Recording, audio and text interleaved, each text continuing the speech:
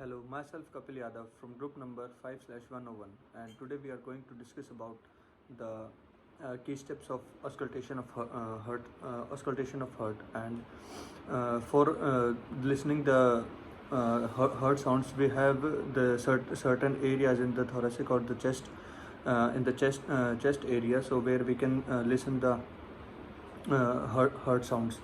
So today we are going to discuss about the areas of first of all we can discuss about the areas of the that the certain areas of listening of heart sounds. So first of all, here it is aortic valve, and here it is pulmonic valve, and here it's tricuspid, and there is mitral valve.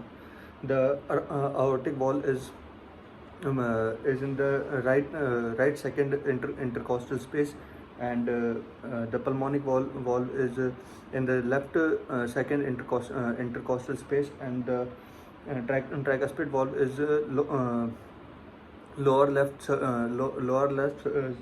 sternal border, fourth intercostal space, and the mitral valve is present in mid clavicular line, fifth intercostal space. So for the listening of the heart sounds, we need the stethoscope, so we can listen the heart sounds. So in like this we can hear the heart sounds. This is the aortic valve.